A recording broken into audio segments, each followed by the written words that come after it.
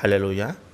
우리 하나님께서 은혜와 복을 우리 삶에 주시기를 원합니다. 날씨가 참 많이 무덥습니다.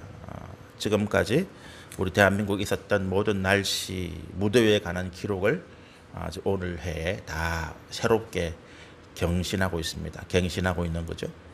뭐 좋은 현상은 아닌 것 같습니다. 그러나 이 모든 것이 우리의 정욕과 탐심에 따라서 우리가 하나님 앞에 바르게 행하지 못한 결과임을 깨닫고 우리가 회개하는 기회를 삼았으면 좋겠고, 이 무더위 때문에 참 많은 분들이 고통하고 또 때로는 일하다가 생명을 잃는 분도 계시더라고요. 하나님께서 은혜 주시고 평강 주시기를 소원합니다. 우리가 여기 이제 이전한 지 17년 좀 됐네요. 17년 됐나? 그런 데 있네요. 10한 5, 6년 됐네요. 이제 오래돼서 그런지 아니면 이제 날씨가 너무 더워서 그런지 하나씩 다 고장이 나고 있습니다. 이제 6층에 우리 에어컨도 이제 나가버리고 프린트기도 안 되고, 하여튼 뭐 그래서 제가 어제 저녁, 어제 오후, 뭐 오늘 아침에 굉장히 좀 바빴습니다.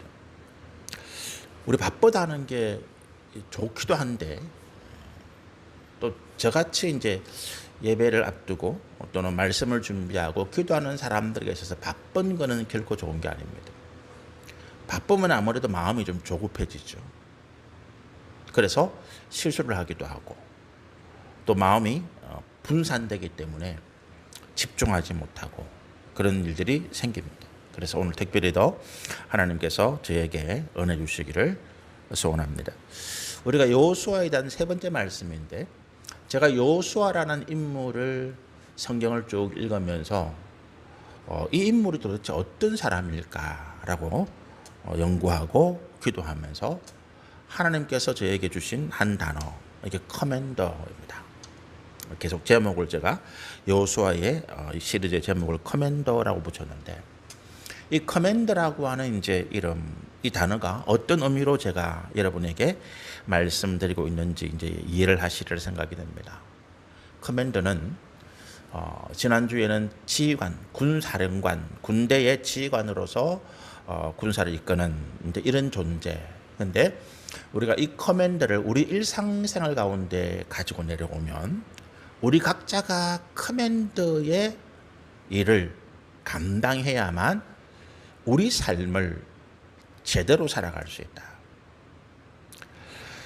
이 커맨드라고 하는 단어의 의미를 저는 이렇게 해석합니다. 많은 사전적인 의미가 있고 또 많은 어떤 의미를 부여할 수 있겠지만, 제가 말씀을 읽고 또 여호수아라고 하는 이 인물을 연구하고 공부하면서 커맨드가 뭘까라고 생각했을 때, 자신에게 주어진 사명, 자신에게 주어진 삶을 좀 쉽게 이야기하죠. 제대로 살기 위해서. 제대로. 우리 제대로라고 하는 말을 알겠죠? 분수를 지키고 겸손하고 또 그래서 목적과 목표를 잃어버리지 아니하고 한 방향으로, 혹시 잃어버렸다면 다시 돌이킬 수 있는 이런 일들이 이제 제대로라고 하죠. 내 삶, 또 하나님께서 내게 주신 사명을 제대로 감당하기 위해서 자기를 절제하고 통제하고 관리하는 이것이 커맨더다. 우리가 성령의 9가지 열매를 보면 이 열매가 우리 스스로를 통제하고 절제하지 아니하면 절대 맺을 수 없는, 그냥 방만하게 우리 정욕과 탐심대로 내가 하고 싶은 대로 살아가면 절대로 성령의 열매라고 하는 것을 맺을 수가 없습니다. 커맨드 해야 되는 거죠. 내가 하나님의 말씀 안에서 내 신앙과 내 삶의 모습들을 커맨드해야 나는 성령의 열매를 맺을 수가 있습니다. 사업가다. 내가 사업을 하는데 내 마음대로 내 내키는 대로 한다? 그럼 100% 망하는 거죠. 사업을 하는데 성공하는 사람들의 7가지 습관이라고 하는 책이 있어요. 그 책에 한결같은 내용이 뭐냐 하면, 성공하는 사람들의 가장 공통점은 자기를 커맨드하는 사람입니다. 놀고 싶을 때, 쉬고 싶을 때, 화날 때, 짜증날 때, 이런 여러 가지 삶의 환경, 내 마음의 감정, 이런 상황 속에서 어떻게 나를 조절하고 나 스스로를 통제하고 관리해 나갈 것인가. 거기에 사업가의 성공의 가장 키포인트, 공통점이 있고, 직장인 마찬가지고, 남편, 주부, 뭐 아들, 자녀들 할 거 없이 저는 우리나라, 우리 민족을 생각하면서 참 하나님께서 우리나라, 우리 민족을 사랑한다고 믿어요. 왠고하니까 우리나라가 특별하게 자원이 많은, 지하 자원이 많은 나라가 아닙니다. 석유 수입해야 되고, 석탄도 없고, 철광석도 없고, 원자력 발전하는 우라늄도 없고, 우리 뭐 기름, 전기, 생활에 모든 필요한 에너지 다 수입했어야 됩니다. 우리가 가지고 있는 것, 이제 인구도 줄어들어요. 중국이 거대한 내수시장, 16억 가까운 인구가 있기 때문에 그 거대한 내수시장 때문에 전 세계에서 큰 소리를 칩니다. 미국이든 뭐 일본이든 우리나라든 중국의 물건을 팔아먹기 위해서 애를 쓰고 그들이 원하는 대로 비율을 맞춰줘야 돼요. 그런데 우리나라가 자원도 없고 기술력도 빈곤하고 뭐 별거 없는데 우리나라가 전 세계에서 경제력이 5등 안에 들어갑니다. 일본의 전체적인 경제력을 넘어섰다 이렇게 이야기합니다. 일본이 우리보다 기술력이 앞선 것은 사실인데 일본의 현재 국가 경제력보다 우리나라가 경제력이 높아졌다. 아무것도 우리가 이런 번영, 발전을 이루고 누릴 만한 이유가 없는데 단 한 가지 이유, 우리는 하나님 앞에 믿음으로 서 있는 사람들의 기도가 있다. 1884년도에 이 땅에 처음 믿음이 복음이 전파되어지고 그리고 교회가 세워지고 그 다음에 불행하게도 일제가 이 나라를 침략하고 들어왔습니다. 일제 30년 동안 이 일본이 우리나라를 침략하고 우리나라를 점령했을 뿐만 아니라 우리나라의 국민들을 일본의 2등 국민으로, 일본은 1등 국민이고 우리나라는 2등 국민이고 이 대한민국의 국민들을 일본 사람으로 바꾸기 위해서 신사에 참배하게 만들고 창씨 개명을 하고 학교에서는 전부 다 한글 가르치지 않고 일본어를 가르치고 그게 36년 동안 한 세대가 지나도록. 그래서 지금 80 넘은 할아버지들 가운데 일제시대 때 초등학교 교육을 받은 사람들은 다 일본어를 굉장히 잘해요. 돌아가신 우리 아버지도 일본어를 굉장히 잘해요. 학교에서 배웠으니까, 늘 썼으니까. 한국말보다 일본어를 더 잘해요. 그랬는데 우리가 일본인이 되지 아니하고 대한민국 국민, 우리의 정체성을 지켜왔다는 것. 그리고 결국에는 우리 힘이 아니라 연합국의 힘으로 우리가 독립했다는 거예요. 이유는 뭡니까? 일제 30년 동안 이 나라를 지켜온 힘이 있었는데 그것이 바로 말씀, 진리, 기독교 교회였다고 하는 거예요. 해방 이후에 수많은 한국의 인재들이 대한민국을 이렇게 나가려고 애를 썼습니다. 그 인재들의 70%, 80%가 기독교인입니다. 기독교 학교에서 교육받고 하나님 말씀 안에서 믿음으로 세워나갔던 사람들. 몇 번 제가 말씀드렸죠? 1948년도에 국회가 처음 열립니다. 재헌국회입니다. 재헌국회의 의장이 이승만입니다. 이승만 의장이 이런 이야기합니다. 우리 재헌국회 시작하는데 하나님 앞에 기도하고 시작합시다. 대한민국 전체 국회의원이 뽑혔습니다. 그 중에 기독교, 불교, 뭐 다른 종교 많습니다. 그런데 하나님 앞에 기도하고 시작합시다. 이 이야기를 하는데 아무도 반대하는 사람이 없었습니다. 지금 같으면 국회에서 국회의장이 야 이제 국회 개원하는데 우리 다 같이 하나님께 기도하고 시작합시다. 난리가 나겠죠. 국회의장이 기독교 신자라도 그 말 못합니다. 그런데 그때는 그렇게 했어요. 그렇게 하는 것을 누구나 다 당연하게 생각했습니다. 왜? 일제 30년을 버틴 힘이 하나님의 은혜 때문이다. 우리나라가 해방되고 독립된 은혜도 하나님 은혜다. 미군이 들어왔는데 미군이 다 기독교 신자예요. 미군이 다 기독교 신자입니다. 여러분, 커맨드 하지 아니하면 내 삶이 하나님의 은혜 가운데 있다는 것을 깨닫지 못하고 우리가 하나님의 은혜 가운데 살아가는 내 삶을 통제하지 못하면, 커맨드 하지 못하면 나는 실패합니다. 나는 망할 수밖에 없습니다. 여호수아는 처음부터 마지막까지 철저하게 자기를 커맨드 한 사람이었습니다. 우리 스스로 내 삶 하나님께 주신 사명이 있고 내가 살아가는 삶의 자리에 내가 맡은 역할이 있잖아요. 내가 살고 싶은, 내가 제대로 살고 싶은 내 삶의 목표와 꿈이 있단 말이죠. 그걸 이루기 위해서는 나는 반드시 나를 커맨드해야 된다. 하나님 말씀 앞에 나를 복종시키고 내가 겸손하고 성결하고 거룩함을 잃지 아니하고 세상 속에서 정욕과 탐심 가운데 살지 아니하고 진리의 말씀 안에 살아갈 수 있도록 나를 커맨드해야 된다. 그래서 믿음 지키고 선한 싸움 싸우고 끝까지 이 길을 달려가겠다고 하는 결단과 각오가 있어야 된다. 이 커맨드예요. 우리 여호수아 24장의 이 말씀은 여호수아의 끝 말씀이기도 하면서 여호수아의 죽음이 기록된 말씀입니다. 이제 여호수아에게 주신 하나님의 사명이 뭡니까?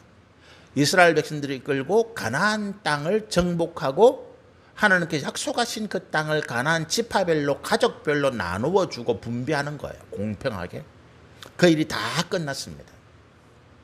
그 일이 다 끝나자 이제 이스라엘 군대가 60만 명이 모일 이유가 없어요.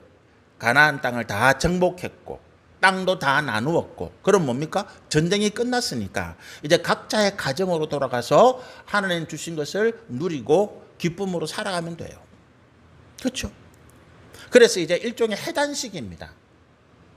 전쟁에서 승리한 거예요. 영광을 나누고 성전물을 나누고 기쁨을 나누고, 그래서 이제 모든 이스라엘 군대가 다 모인 가운데 여호수아가 한마디 하는 겁니다. 그게 여호수아 24장이에요.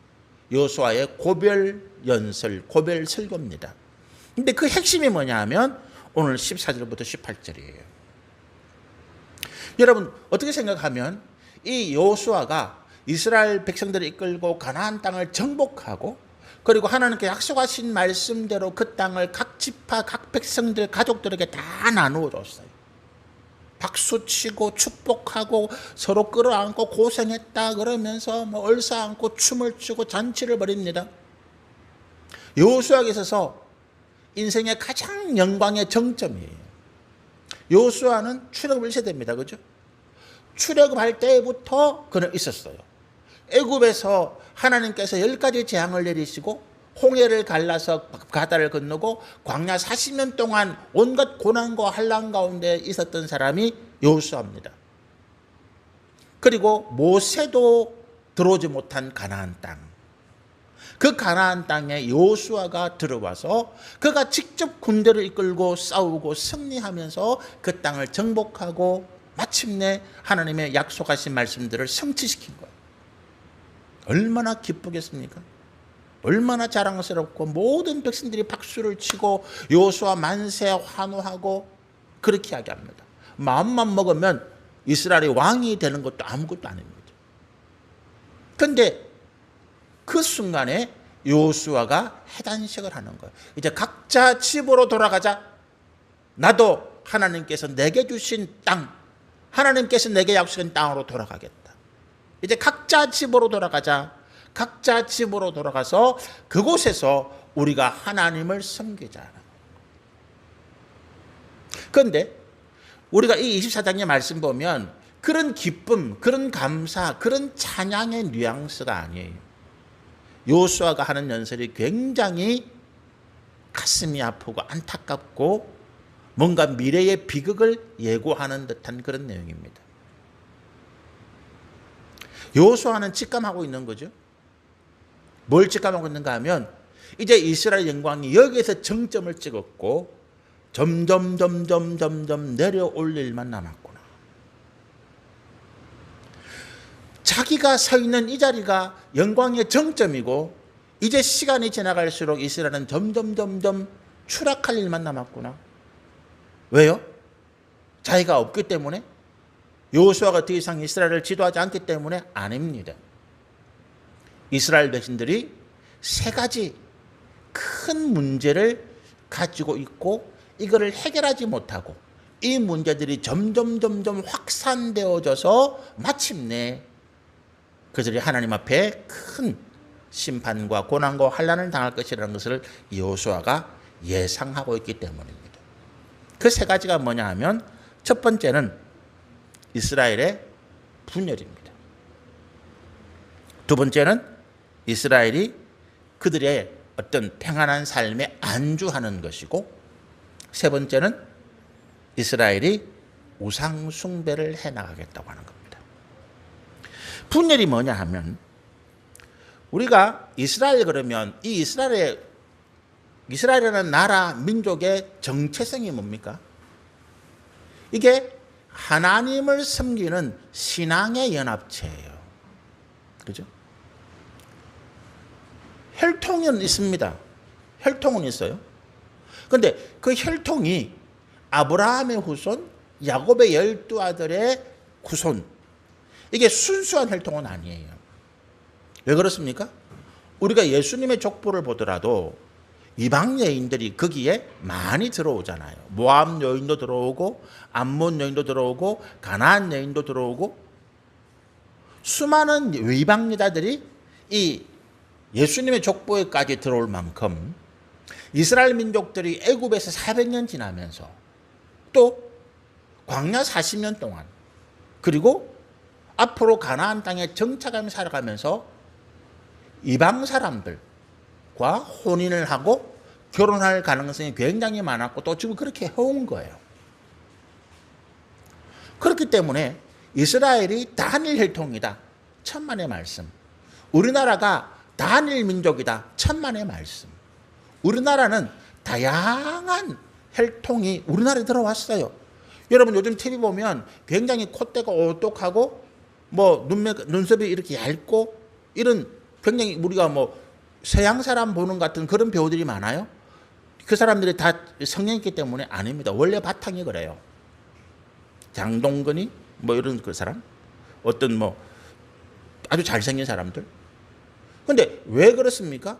우리나라 사람들 가운데 서양 사람들의 피가 굉장히 많이 섞여 있는 거예요.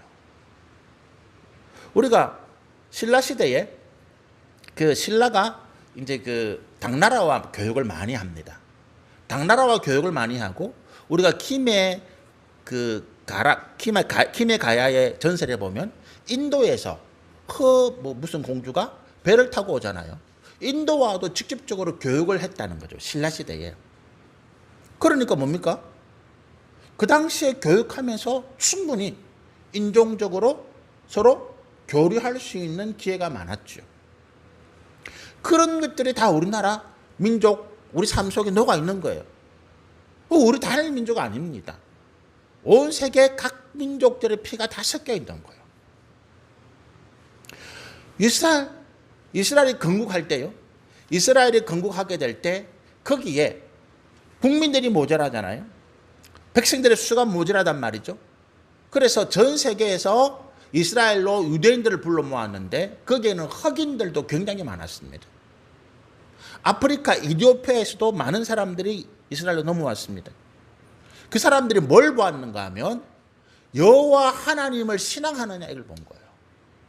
율법을 지키는 액을 본 거예요. 할례를 행했는 액을 본 거예요. 할례를 행했으면 뭐 소련 사람이든 미국 사람이든 아프리카 사람이든 아시아 사람 상관없는 거예요. 여러분 우리가 이스라엘 백성들의 공통점 정체성이 뭐냐? 하나님을 섬기는 신앙의 연합체예요. 수많은 사람들이 모여요. 출애굽할 때도 우리가 출애굽기에 보면 수많은 잡족들이 이스라엘 12지파뿐만 아니라 수많은 잡족들이 함께 나왔다는 거예요. 그 사람들이 다 여기에 포함되어 있는 거예요.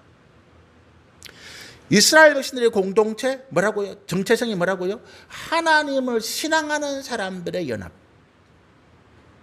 이 연합이 뭐냐 하면 서로 다른 개인이나 단체가 같은 목적, 같은 계획을 가지고 서로 모여서 협력하고 마음을 맞추고 같은 일을 하는 게 연합이에요.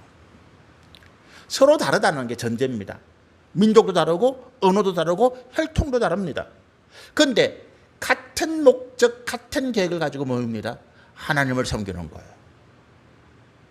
그래서 그 일을 위해서 마음을 모으고 여러 가지 갈등과 어려움을 조절하고 극복해 나갑니다. 교회죠. 이스라엘 백성들의 정체성이 그대로 교회로 연결된 거예요. 오늘 교회로. 그런데 이게 어디서부터 출발되느냐? 삼위일체 하나님이에요. 우리가 삼위일체 하나님, 이 무슨 말이에요? 성부와 성자와 성령이 각각 독립적인 신입니다. 그런데 이 세 분이 한 가지 목적, 한 가지 계획을 위해서 연합한 거예요. 그래서 시편에 형제가 연합하여 서로 동거하며 어찌 그리 아름다운 거, 이런 말씀이 뭐냐? 연합에 대한 이야기예요. 하나님의 연합하심이 이스라엘 백성들의 연합으로 이어지고 오늘 교회의 연합으로 이어지고 이것이 이제 요한계시록 마지막 예수님이 재림하실 때에 온 세상 나라 민족 백성 방언 가운데서 예수를 믿어서 구원받은 사람들이 모여서 하나님의 거룩한 공동체를 이루어가는 걸로 연결되어지는 거예요. 연합이 깨어지는 것은 이스라엘 아닙니다. 연합이 깨어지는 것은 교회가 아니에요. 연합이 깨어지는 것은 하나님 나라가 아닙니다. 하나님을 섬기는 고유의 목적, 거룩한 목적, 하나님을 섬기기 위해서, 제대로 신앙하기 위해서 우리가 계획하고 진행하고 여러 가지 갈등과 어려움을 조절해 나가고 마음을 모으고, 이게 연합이에요. 우리의 연합은 그것입니다. 이 연합이 깨어지는 것은 교회가 아니고 이 연합이 깨어지는 것은 가정의 공동체가 아닙니다. 여러분, 하나님 가정이 아니에요. 그런데 이스라엘의 분열이 시작되는 것입니다. 우리가 이 여호수아 23장 이 해단식 앞에 가나안 동쪽 모압 암몬 지역에서 미리 땅을 얻은 지파들이 있었죠. 이 지파는 누굽니까? 르우벤, 또 므낫세 반지파, 갓. 므낫세 반이라고 하는 것은 므낫세 지파 가운데 절반이 거기 남았다는 거예요. 그래서 자꾸 므낫세 반지파 그럽니다. 므낫세 절반은 모압 땅 동쪽에 남고 거기에 남기를 원하지 않는 므낫세 다른 반지파들은 가나안 땅으로 들어왔다는 거예요. 그래서 자꾸 므낫세 반지파 그럽니다. 이 르우벤 그리고 갓 그리고 므낫세 반이라고 하는 이 두 지파 반이 모압 땅, 요단, 하나님께 원래 약속하신 땅이 아닌 이 요단강 동쪽 모압과 암몬에 이미 땅을 얻은 거예요. 근데 그들이 이제 형제들과 연합하기 위해서 군대를 보내가 같이 싸운 거죠. 그 승리하고 난 다음에 이들이 먼저 자기들 고향으로 돌아가요. 23장에, 여호수아 23장에. 그런데 돌아가면서 이들이 이상한 일을 하나 해요.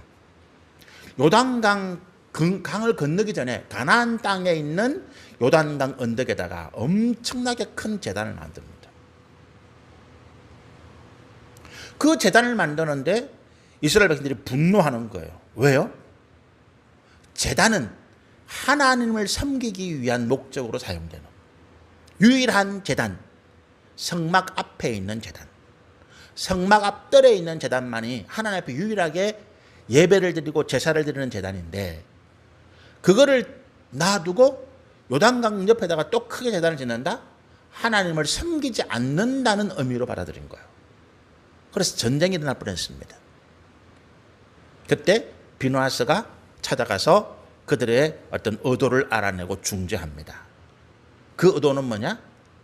요단강 언덕 위에 세워진 제단은 하나님께 번제하기 위한 신을 섬기는 그 목적이 아니라 우리의 마음이, 우리는 비록 요단강 동쪽에 가나안 땅이 아니라 모압과 암몬 쪽에 살지만 우리의 본질, 우리의 본향, 우리의 본토는 이 가나안 땅이다.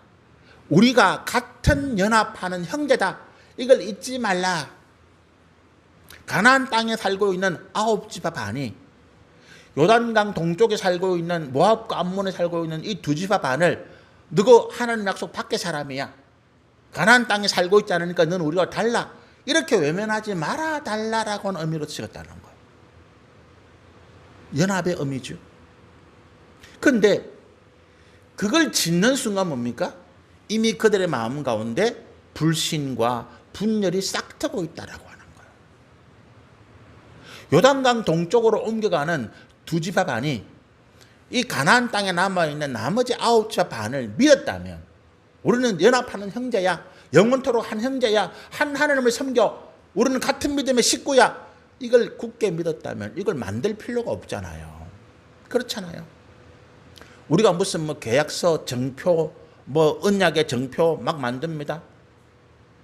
뭐 유명한 관광지 가보면 다리 뭐 거기다 뭐 열쇠 고리 해놓고 누구 러브 써놓고 열쇠를 강물에 던지고 바다에 던집니다.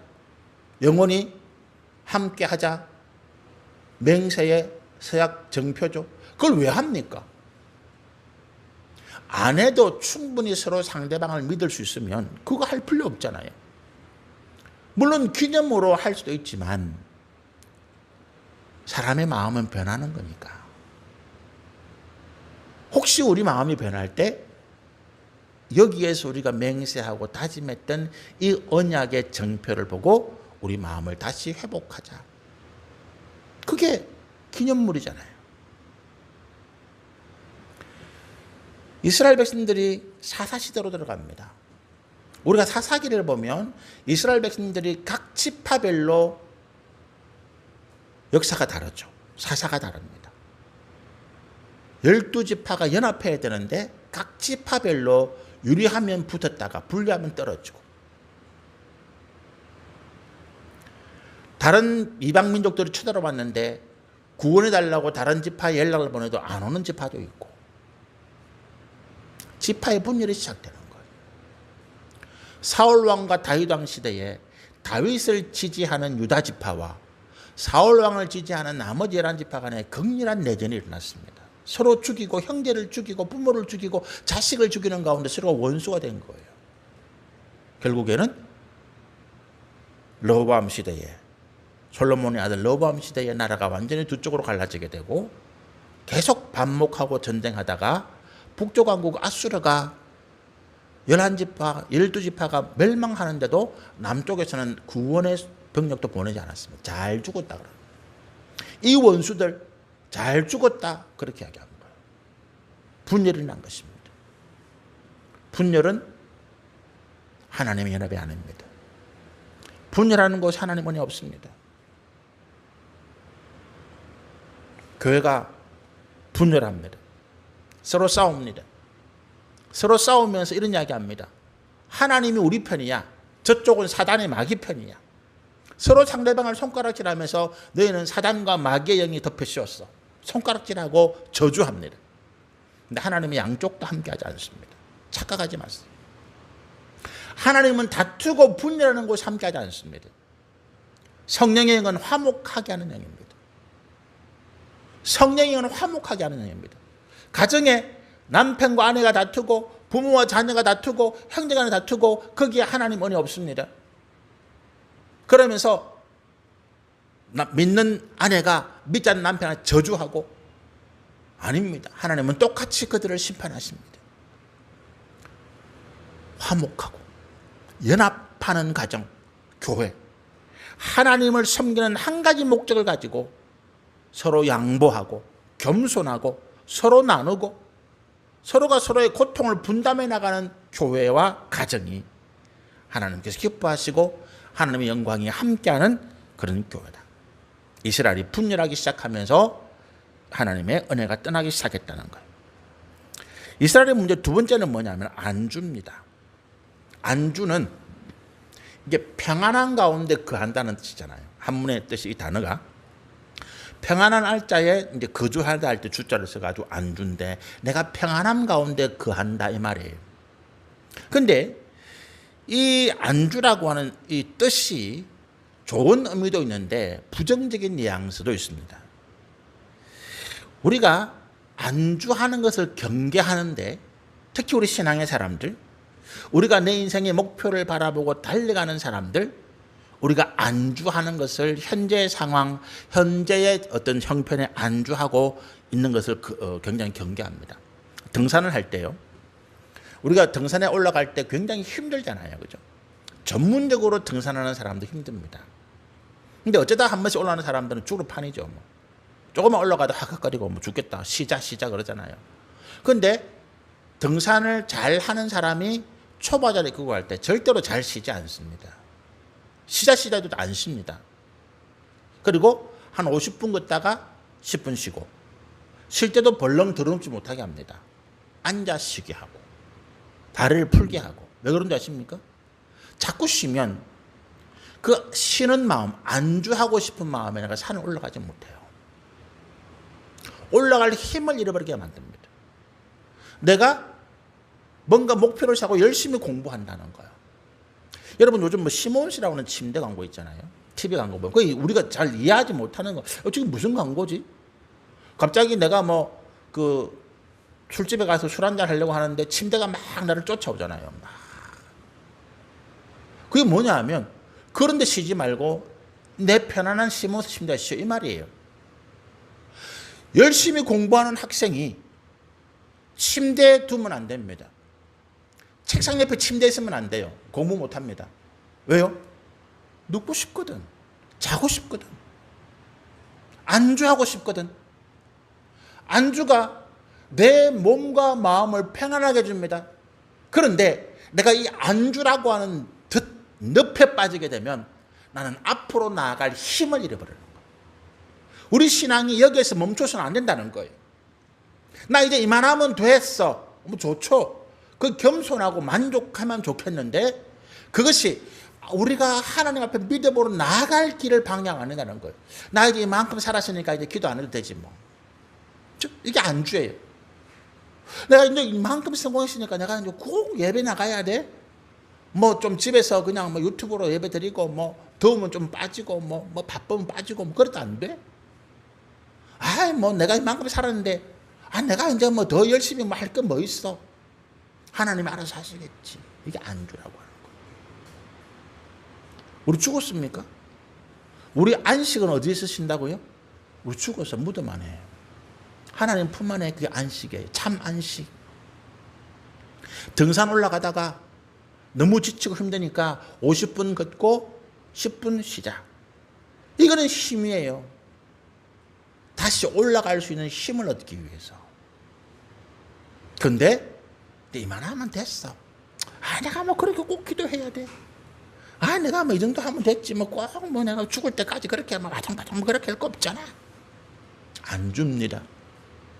물귀신처럼 사단이 우리의 몸과 마음을 평안으로 유혹해서 끄잡아 내리는 거예요. 너 가지 마. 그러나 하나님 어떻게 하십니까? 위에서 부르시는 거예요. 우리가 신앙의 꼭대기, 신앙의 목표까지 올라가야 돼요. 결승선까지 가야 됩니다. 마라톤 49.2km, 49km를 뛰는 사람 얼마나 중간에 쉬고 쉬겠습니까? 그죠? 달리는 걸 멈추면 그냥 편한데, 그 자리에서 들어놓으면 그냥 편한데, 근데 왜 그 사람들이 죽으면서 달립니까? 결승선이 있기 때문에 그래요. 우리 신앙에 결승선이 있습니다. 여러분. 안주하면 안 돼요. 그런데 이스라엘 백성들이 안주하기 시작한 거예요. 아이고 이제 뭐 가나안 백성들 옆에 있던 같이 살면 되지 뭐. 그들 우상 뭐 우리 같이 뭐 그냥 뭐 문화인데 관습인데 그거 뭐 어때?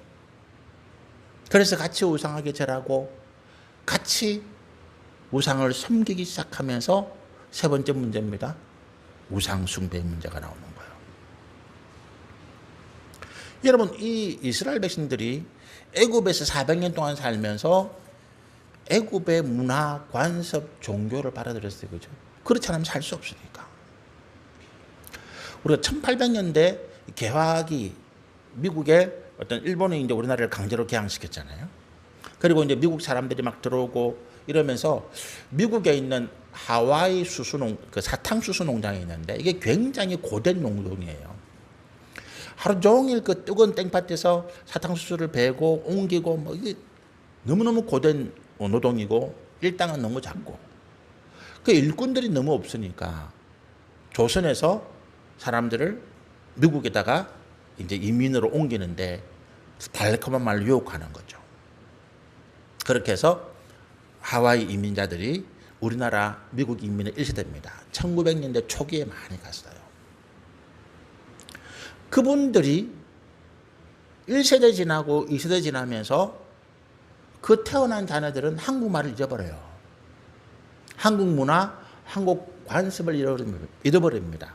혈통은 한국 혈통을 이었는데 문화와 관습은 미국 사람 똑같습니다. 이스라엘 백성들이 400년 동안 애굽에 살았어요. 100년 산 미국 이민 1세대, 미국 이민 3세대, 4세대가 완전 미국 사람이 돼 있는데 400년 동안 살았던 애굽 사람, 이스라엘 사람들이 애굽 사람 안 됐을까요? 되었지. 애굽의 종교를 받아들였겠죠. 그러면서 가나안 땅으로 나올 때 그 애굽 종교 버리고 왔을까요? 우상 만든 거는 버리고 왔지만 그들의 마음속에, 그들의 삶 속에 박혀있는 우상 숭배는 안 버린 거잖아요. 제가 팔렘의 막내 아들, 종갓집, 9대 종갓집의 막내 아들인데 제가 제사 지내는 방법 다 알아요. 다 압니다. 어릴 때부터 늘 보아왔고 늘 어른들이 그걸 가르치했거든. 자는 이렇게 돌리고 이건 어떻게 하고 이거는 무슨 순수고 다 알아요. 묘를 쓸 때 묘자리 어떻게 보고 제가 다 압니다. 안 하지만 근데 이런 것들이 언제 내게 틈을 탈까요? 내가 안주하고 내가 세상의 정욕과 탐심으로 살아갈 때 일이 안 되니까 조상의 몇 자리가 안 좋아서 그런가 보다. 우리 친인척 가운데 어떤 사람이에요? 자기 부모 때는 굉장히 성공했대요. 그 자녀 때에 일이 안 되기 시작한 거예요. 자꾸 일이 안 되니까. 그러다가 그분이 이런 이야기를 합니다. 우리 장인어른이 묘를 쓰는데 그 묘자리를 잘못 썼기 때문에 자기들이 안 된다. 자기들은 이제 우리 장인어른 치면 5촌 뭐 이런 안 된다는 거지. 근데 그걸 이제 우리 처남들은 이야기를 해요. 그게 말이 됩니까? 자기들하고 5촌 당숙 때는 뭐 분하고 뭔 상관이 있어. 직계도 아닌데. 근데 그 가정이 예수를 잘 믿는 가정이라는 거예요. 묘자리 집안이 안 되면 조상 묘자리가 뭐 이상해. 계속 어른들부터 들어봤을 거 아니에요. 근데 지금까지 신앙으로 놀러왔단 말이죠. 그거는 미신이야. 그거는 헛소리야. 우상숭배야. 그랬는데 내가 일이 안 되고 어려워지니까 혹시 그런 거 아닐까? 그거라도 한번 해보면 안 될까? 이 우상숭배예요. 크게 우리가 넘어가게 되는 것입니다. 우리가 우상숭배라고 하는 것이 나 지금 우상숭배 안 하는데 하나님? 아닙니다. 우리 민족의 문화와 전통과 관습 가운데 기독교가 우리나라에 들어온 것은 불과 100년, 130년 거죠. 그리고 우리가 신앙생활 한 거는 40년, 50년 안 돼요. 그렇잖아요. 저 개인적으로도 제가 신앙생활 한 게 고등학교 2학년 때부터 본격적으로 치면 불과 40년이 좀 넘었어요. 그렇잖아요. 40년 지난, 근데 내가 어렸을 때부터 주입식으로 보고 듣고 자라온 그 유교, 불교, 샤머니즘, 무당을 섬기고 점치고 굿하고 이 모든 것들이 내 의식 속에 들어있단 말이죠. 이게 언제 나타난다고요?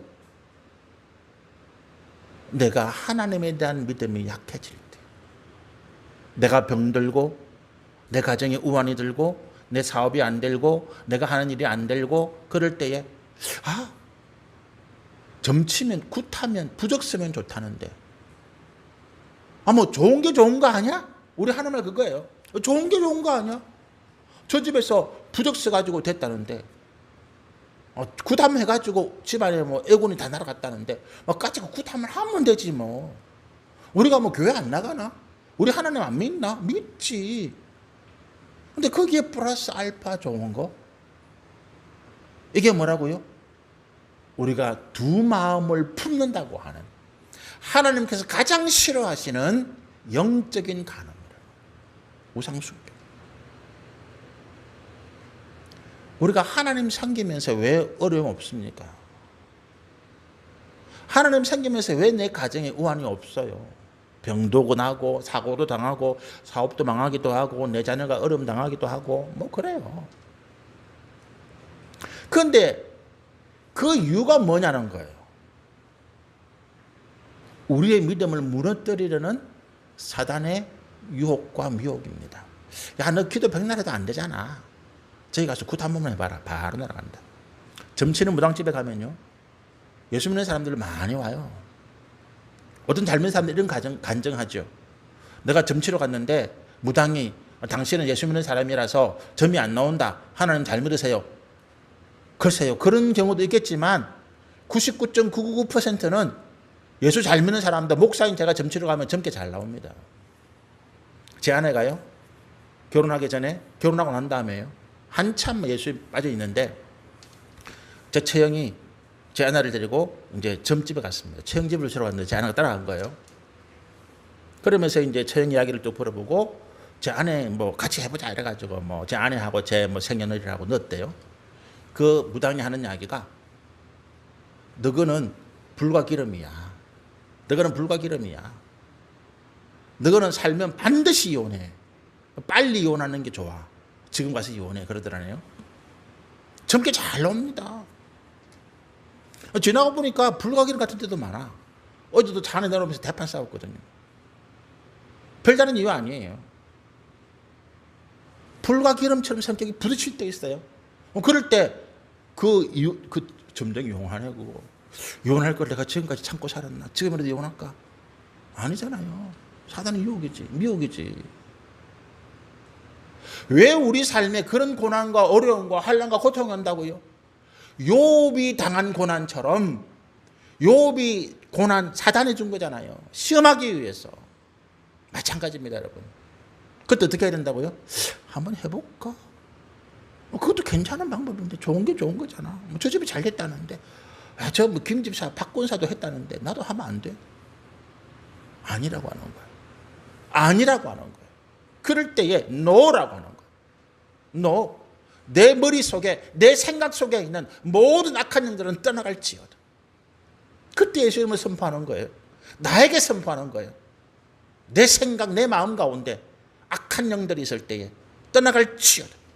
예수 이름으로 명하노니 나를 미혹하고 유혹하는 모든 악한 영들은 떠나갈지어다. 나는 오직 하나님만 섬기겠다. 14절입니다. 그러므로 이제는 여호와를 경외하며 온전함과 진실함으로 그를 섬기라. 경외, 온전함, 진실함이에요. 경외는 뭡니까? 하나님을 두려워한다는 거예요. 하나님을 두려워하는 거예요. 나 하나님 두렵습니다. 내가 잘못해서, 내가 죄를 지어서, 내가 하나님 앞에 뭔가 부족한 게 있어서 하나님 나에게 벌을 줄까 두렵습니다. 이거 잊어버리면 안 돼요. 하나님은 항상 나에게 잘해주시는 분, 천만의 말씀입니다. 구약성경 보세요. 예레미야 보세요. 하나님 그런 분 절대 아니에요. 항상 나에게 잘해주는 분, 천만의 말씀.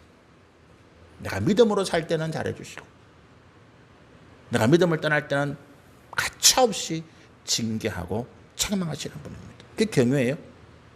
온전함입니다. 딴 마음 품지 않는 거예요. 두 마음 품지 않는 거예요. 100%입니다. 100%에 1%만 섞었다? 온전한 게 아닙니다. 그렇잖아요. 그 혼합이지. 99.999% 순금, 그 100% 금이 아니에요. 뭔가 다른 이물질이 0.0001% 섞였다는 거예요. 현대기술로 그걸 제거 못한다는 거죠. 그런데 우리는 하나님 앞에 100%가 돼야 돼요. 온전함입니다. 이게 순전함이라고 이야기해요. 그리고 뭡니까? 진실함입니다. 거짓 없이. 내가 하나님께 약속한 것, 세약한 것, 우리가 말씀대로 그대로 행하는 것. 앞에서 이 말하고 어제 한 말 오늘 바꾸고 오늘 한 말 내일 뒤집고 아니에요. 하나님은 다 기억하십니다. 그리고 우리가 그 모든 약속과 세약을 지킬 때에 하나님도 우리에게 약속하신 말씀을 지키십니다. 이게 믿음이에요. 그러면서 어떻게 합니까? 14절 말씀에 너희의 조상들이 강저쪽 모압과 암몬 땅입니다. 그리고 애굽 그리고 가나안 땅에 살았던 모든 우상들을 버리고 뭐라고요? 여호와만 섬기라. 그러면서 여호수아가 이야기합니다. 선택해라. 나는 오직 여호와만 섬기겠다. 나와 내 집은 오직 여호와만 섬기겠다. 이게 살 길이다. 이게 지금 우리의 영광과 우리의 번영과 우리의 상급이 추락하지 아니하고 점점 뻗어가고 높아가고, 그래서 마침 하나님 주시는 큰 은혜 자리에 나갈 수 있는 방법이라는 거예요. 다른 길 없습니다. 이 길을 가기 위해서 여호수아가 뭘 했다고요? 커맨드. 자기를 관리하고 다스리고 통제하고 절제하고 인내하고, 이스라엘 백성들이 다 가더라도 나는 지키겠다는 거예요. 이게 커맨드예요. 여호수아가 커맨도의 사람. 우리가 믿음으로 승리하는 길, 커맨도예요. 내 신앙, 내 믿음, 내가 살아가는 인생길에서 내가 한번 제대로 살아봐야 되겠다. 돈 많이 벌고 권세 있게 제대로 사는 거 아닙니다, 여러분. 믿음 지키고 주시는 은혜 안에서 순적하고 평안하고 형통한 길을 가는 것. 이게 제대로 사는 길입니다. 커맨드 해야 됩니다. 주께서 우리에게 이런 은혜, 이런 능력, 여호수아에게 주셨던 이런 역사를 베풀어 주시기를 소원하고 축복합니다. 우리 같이 한번 기도하시겠습니다.